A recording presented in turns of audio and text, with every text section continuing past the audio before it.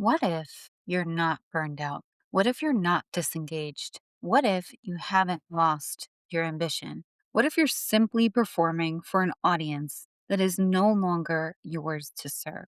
I want you to sit with that for a second because I think there's a particular kind of personal and professional exhaustion that we misdiagnose all the time. You're still working, still producing, still getting things done. Maybe you're still getting a great paycheck. You might have the title you worked 15 or 20 years to earn.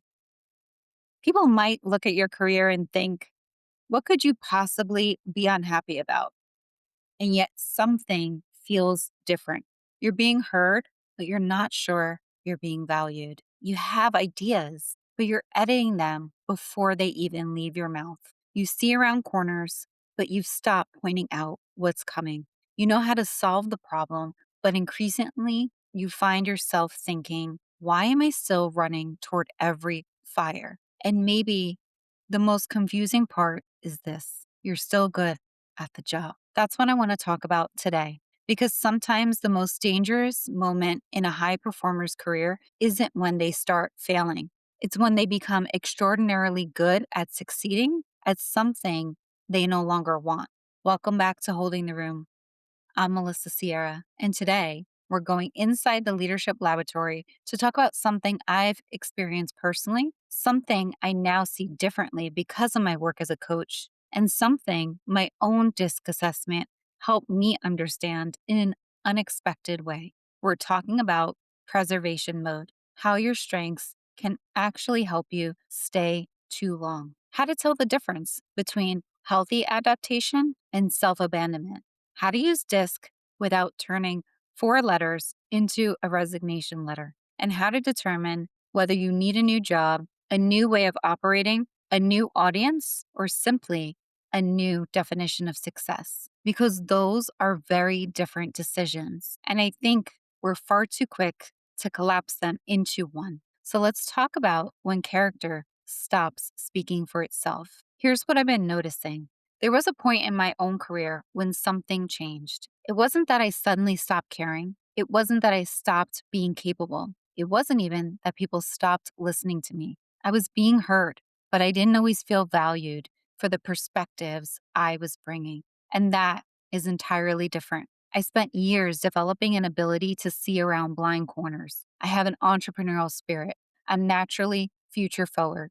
When I see something broken, my instinct is usually, okay, how do we fix it? What's possible here? What's the opportunity nobody is talking about? I was championing that can do, enterprising spirit cross departmentally, but I began experiencing a disconnect between what I was trying to communicate and how some of those ideas were being perceived. So initially, I did what good leaders are supposed to do. I adapted, I backed up, I changed my communication. I tried different approaches. I thought more carefully about how people might receive what I was saying. And by the way, that's leadership. The ability to adjust your communication isn't self abandonment, it's emotional intelligence. But eventually, something subtle started happening. I didn't just change how I communicated, I started changing whether I communicated at all. I ran toward fewer fires. I stopped initiating solutions to some of the legacy challenges I saw. I volunteered for fewer projects. I edited how I deployed communication. And even though anticipating how people might react has always been one of my strengths, I became less ambitious about making recommendations in the first place. And that's an important distinction because from the outside, somebody might interpret that as Melissa's less engaged. She's not bringing as much energy. She's not initiating as much anymore. But from the inside, something different was happening. A leader was learning that initiative wasn't producing enough return to keep investing in it. And that made me feel like less of a leader. So let's talk about stretching versus shrinking. Here's where I want to be very careful. Every leader has to adapt. If you're saying, this is just who I am, everyone else has to deal with it, that's not authenticity. That's a lack of self awareness. Leadership requires range. Sometimes you need to slow down. Sometimes you need to soften the message. Sometimes you need more evidence. Sometimes you need to just pause and listen. Sometimes you need to communicate differently because the person across the table processes information differently than you do. And that is growth.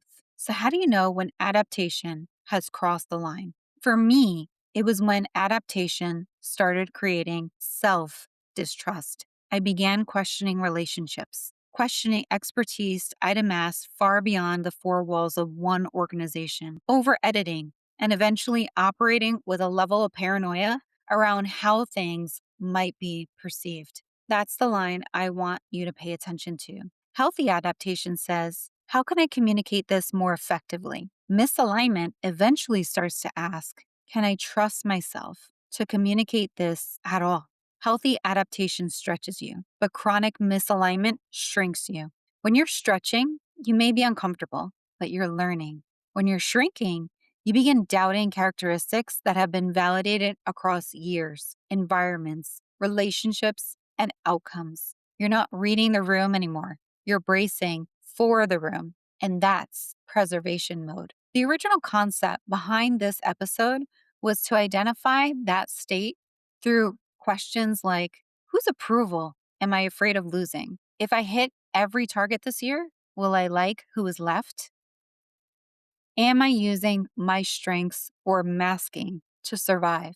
And those questions matter. But I think there's an even deeper diagnostic underneath them. Do I trust myself more or less because of the environment I'm operating in? So let's talk about the DISC result that changed my thinking. And this is where DISC is going to enter our conversation today. I don't want to turn this into a DISC certification course, but I do want to explain why I believe self awareness is one of the greatest gifts you can give yourself. Most people know DISC as four behavioral dimensions. D, dominance, how you respond to problems and challenges.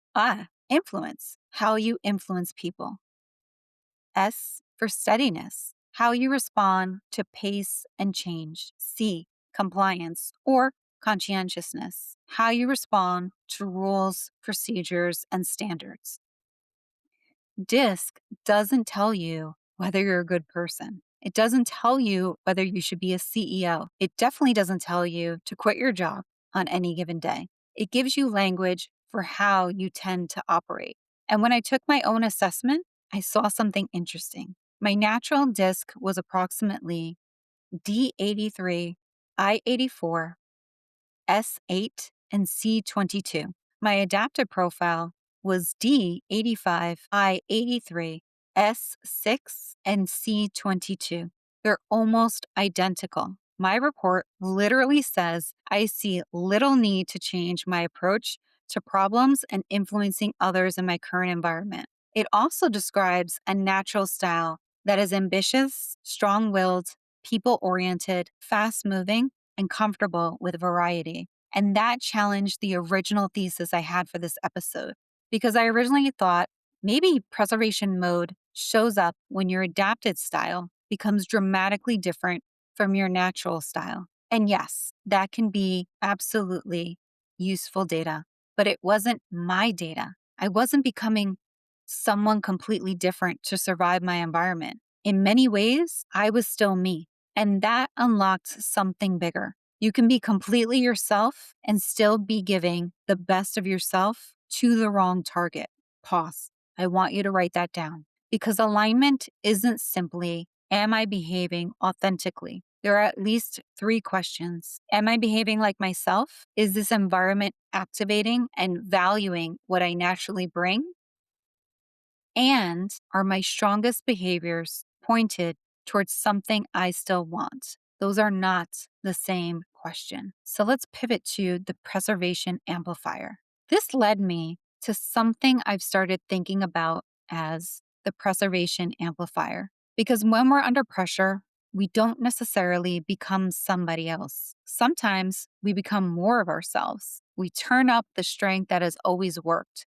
And that strength can actually present us from seeing the real decision. Think about DISC through that lens. If you're a high D like me, you drive, you achieve, you compete, you push, your preservation amplifier might say, I'll prove I can still win. And suddenly you're pursuing another promotion, another metric, another victory without asking whether you still want the prize. High performers rarely realize they've outgrown something while they're losing. Sometimes they realize it when they're still winning. The question for D becomes, am I driving toward results that matter to me, or am I proving I can win a game I no longer want to play? If you're a high I, you connect, you influence, you inspire, you generate energy. Your preservation amplifier might say, I'll get everyone excited again. But ask, am I surrounded by people who expand my thinking? Or have I become the person generating all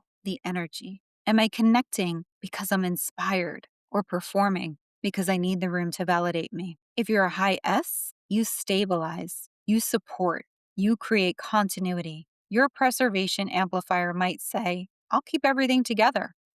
And stability can slowly become a reason not to move. Ask, is this stability actually serving me? Or has safety become a slow erosion of my potential? If you're a high C, you analyze, you perfect, you create standards, you solve through rigor. Your preservation amplifier might say, if I can just understand what's wrong, I can fix it. But ask, am I perfecting a system that is fundamentally broken? Those questions evolve the disc clarity filter from my original episode draft. The goal isn't to diagnose your career from your letter. The question is my strength solving the problem or helping me avoid the decision? What my own profile revealed to me is my own disc becoming interesting. High D, high I, very low S, and a low C. My report describes me as ambitious, pioneering, determined, competitive, decisive, venturesome, enthusiastic, persuasive, optimistic, active, restless, impatient, eager, and flexible. But it also says routine work and environments requiring constant focus without variation can create stress for me. So, preservation mode for me probably wasn't going to look like I'm terrified of change. I'm wired towards change. Mine could look more like I'll keep creating enough challenge in this environment to convince myself I'm still growing. And that's sneaky. And this is why self awareness matters the most. Sometimes we manufacture enough novelty inside of an old environment that we don't notice we've outgrown the container. My assessment also helped me put language around something I had always known intuitively. I love being a visionary. I love curiosity and I love conviction. I love the need for a fast moving, dynamic environment. I love problem solving. And my driving forces were another layer to this. They identify commanding, intentional, intellectual, and receptive among my primary drivers, including a strong desire to control my own destiny, pursue new approaches, and build something with enduring legacy. Suddenly, I wasn't simply asking, can I continue being successful here? Of course I could. The more interesting question became, does continuing to be successful here satisfy the person I'm becoming? For me, the emotional cost started showing up as cynicism. I became irritated and I started looking for validation elsewhere. There was also grief because when you've spent 20 years pursuing something you thought you cherished, questioning it can feel like you're questioning the entire investment. You think, did I lose years to this? Was I wrong? Was all of that for nothing? And I want to say something directly to anyone who's there right now with me. Something can have been deeply right for one chapter and still become wrong for the next one. Changing doesn't invalidate what came before. Your marriage to an old definition of success doesn't have to last simply because you once loved it. What happened next for me became important. I started finding validation through coaching, through speaking, through podcasting, and those environments became reflecting something back. Clients were getting results. People told me my content made them think differently. Sometimes they described it as an awakening. My ideas started becoming my own personal frameworks. My opportunity flywheel emerged partly because I began recognizing the pattern that happened in my own career. I started getting opportunities to co author, to guest on podcasts, to speak. And eventually I realized I hadn't suddenly become more valuable, but I had entered rooms capable of recognizing value. I had started editing in another one, and that is different. Pay attention to unprompted signal. This is important because I don't want somebody listening to this episode having one terrible week at work announcing, Melissa said the universe wants me to start a new company. Melissa did not say that. We need evidence. One of the most powerful forms of evidence is what I call unprompted signal. Pay attention to what people seek you out for before you've told them that's what you want to be known for. What do colleagues consistently ask your opinion about? What problems do executives bring you? What do people say you do differently? What do experts notice about you? Where are people pulling something from you that you haven't fully claimed yet? That's signal. For me, people started responding to the ability to challenge the status quo, to see what they were seeing but couldn't quite articulate, to name it, to see around corners. And here's the beautiful part: sometimes your next identity gets recognized by the market before you're brave enough to fully claim it for yourself. Your job is to notice. My opportunity flywheel starts with declaration. My own opportunity flywheel didn't begin when somebody handed me an opportunity. It began when I became more intentional about my own personal brand. I had already spoken on stages. I was already creating content. I had experience, but I started niching down. Who am I speaking to? What do I want to make an impact on? Who do I serve? What do I believe? What am I willing to say that might not sound like everybody else? And that changed things. For years, much of my career had been built around being selected for the role, selected for the project, selected for advancement, selected for influence. Building a personal brand required me to reverse the equation. I had to select the audience I wanted to serve. That's a very different form of agency. And once I did that, one opportunity started feeding another. Thinking created content. Content created visibility. Visibility created relationships. Relationships created invitations. Invitations created credibility. Credibility created more opportunities to create impact. And that's my flywheel. But the first move was declaration. Your 20 years were not wasted. Here's another fear I want other accomplished people to hear and lean into. I've spent 20 years building this. I can't possibly start over. Neither did I, and neither do you. This is what I mean about when I talk about living in the leadership laboratory. My legacy isn't simply a list of positions I've held. It's the patterns I observed over 20 years. It's the point of view those patterns created.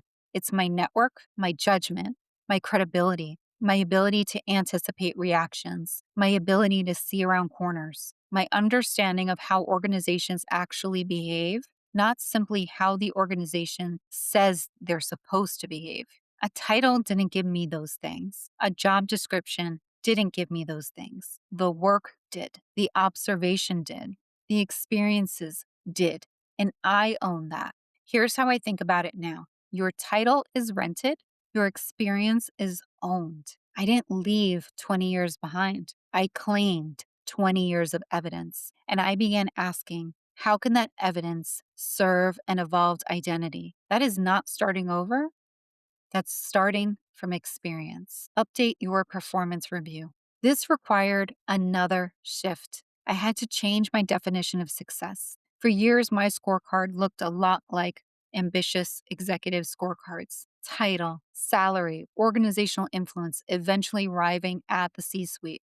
And those weren't bad goals. They worked until they didn't. My new scorecard looks different: impact, freedom of creativity and expression, clients getting results, being sought after for my thinking, a legacy of work, intellectual ownership, and agency over how I choose to wake up and run my life. That's when I realized something. I was conducting my own performance review using the wrong metrics. I want you to think about that. Maybe you're not failing your definition of success. Maybe you failed to update the definition. I spent years measuring advancement. Now I increasingly measure authorship. What ideas am I creating? What outcomes am I changing? What do I own intellectually? What body of work am I building? What will remain when the title changes? That's a very different performance review. So let's talk about the guilt of outgrowing a good life. This part wasn't easy because there was guilt. I remember thinking, wasn't this what I chased for 20 years? Most people would kill to have this title, this role, this level of success. And that's where high achievers can get trapped because the life you're questioning may be someone else's dream, but someone else's dream cannot become your obligation. Prestige and alignment are not synonyms. Gratitude and permanence are not synonyms. You can't appreciate everything an organization, role, or chapter gave you without promising it every future version of yourself. And I think the deepest realization was that I wanted more ownership over my life, not simply a bigger title inside somebody else's structure. That matters because my assessment helped reveal the autonomy, the individuality, learning, and legacy were meaningful drivers for me.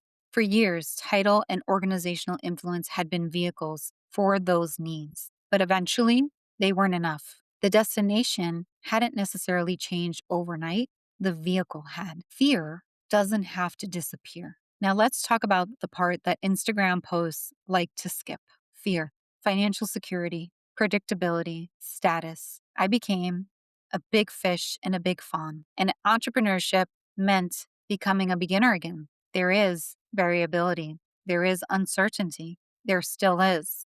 I don't want to pretend I achieved clarity and fear evaporated into some cloud of inspirational glitter. It certainly didn't.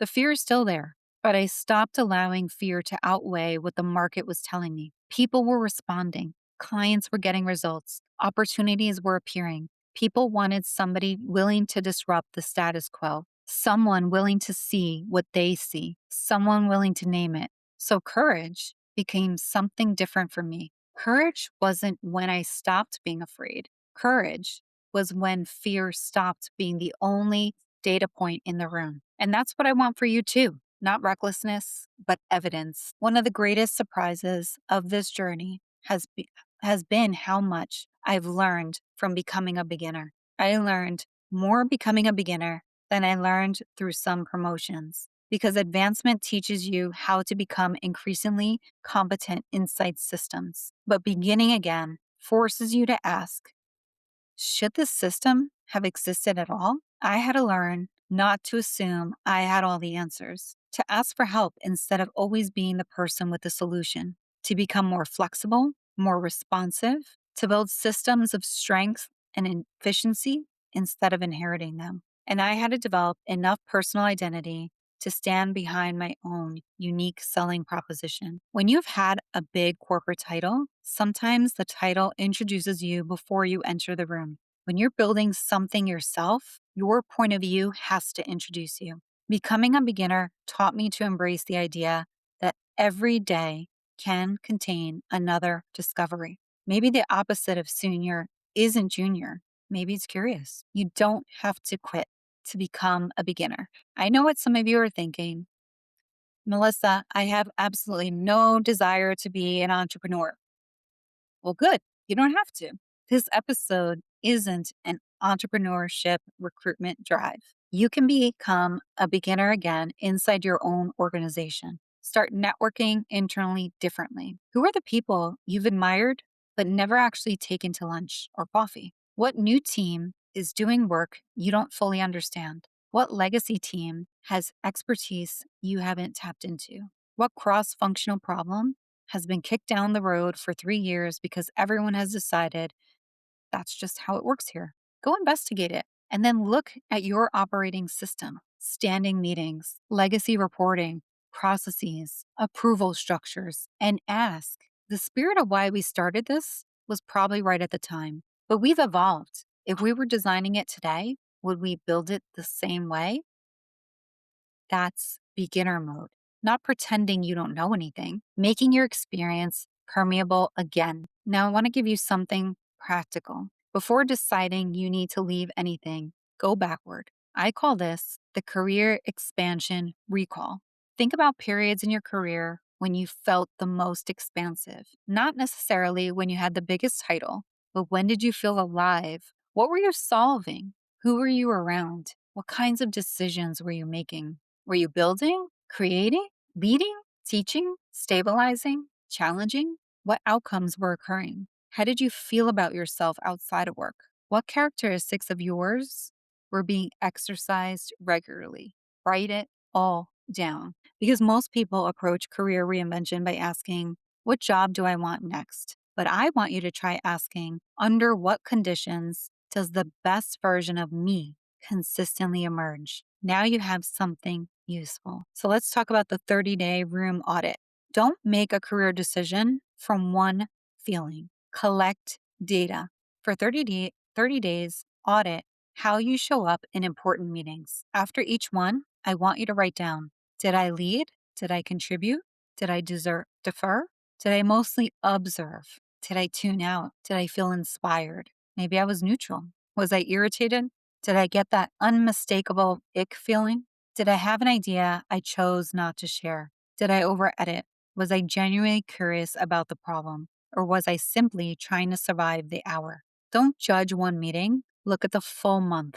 Because here's a principle I want you to remember. Don't make a career decision from a feeling. Collect enough evidence to determine whether the feeling has become a pattern. That is your leadership laboratory. Observe, collect, interpret, and then decide. What if you know, but you can't leave? This matters. You might complete that exercise and realize, yep, I've outgrown this and I still need the paycheck. Welcome to being an adult. Clarity doesn't require immediate action. Don't confuse clarity with urgency. If leaving isn't practical right now, I would do 3 things. First, get serious about self awareness. DISC is one tool I believe in because it gives you directional language for how you operate. But don't stop at the score. Ask what conditions activate your strengths and what conditions repeatedly drain them. And if you need help, I offer one on one coaching for these DISC assessments that just don't read the results, but give you actionable ways to implement them for what your today work looks like and who the future you looks like. Number 2, look internally. Is there another role, another department, another initiative, a strategic project, a transformation, somewhere you can flex capabilities your current work isn't exercising? And lastly, create adjacent arenas. Write for an industry publication, speak, volunteer, join an industry initiative, contribute to something meaningful. Find responsible ways to exercise parts of yourself your primary role isn't currently using. You don't always need to leave one room immediately. Sometimes you need to stop asking one room to meet every dimension of who you are becoming. Those outside arenas can also become low risk experiments. Do people respond? Does the work energize you? Do opportunities compound? That's evidence. Staying well and leaving well. Suppose you've done all that.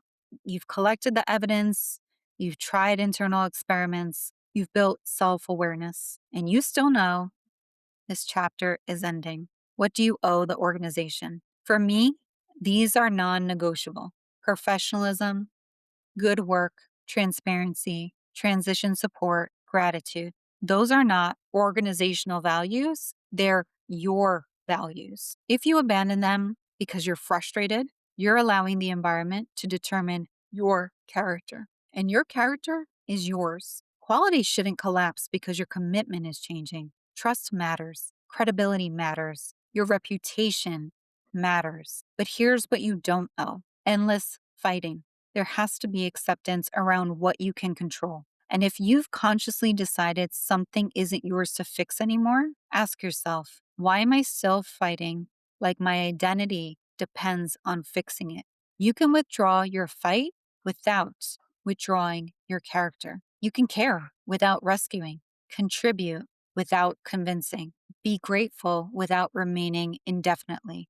Your character should remain consistent even when your commitment to who you are in this chapter changes. If I could go back and sit with the version of myself who was over editing, getting cynical, questioning relationships, questioning my expertise, wondering whether 20 years had somehow been wasted, I wouldn't tell her to quit. I also wouldn't tell her everything was going to work out. I'd ask her, why did you pick this journey in the first place?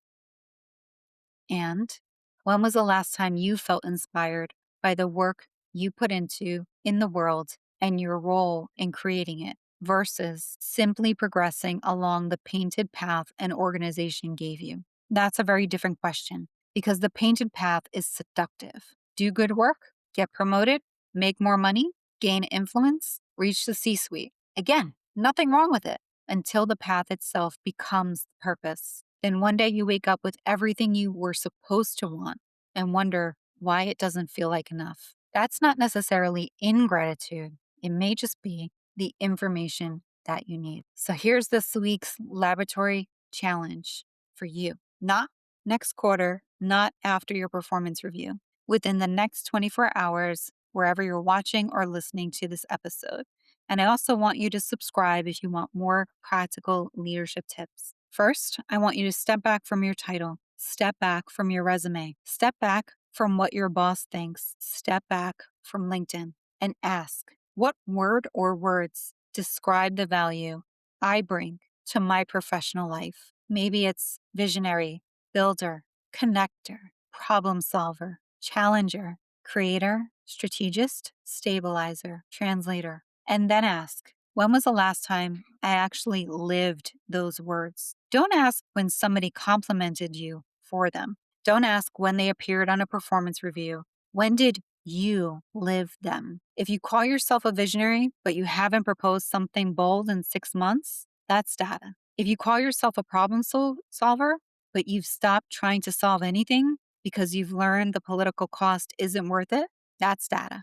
If you call yourself a connector, but every meaningful relationship you have now is transactional, that's data. If you call yourself curious, but you haven't been a beginner in years, that's data. It doesn't mean quit, it means investigate. Now, you don't need to know your next move tonight. You don't need a resignation letter.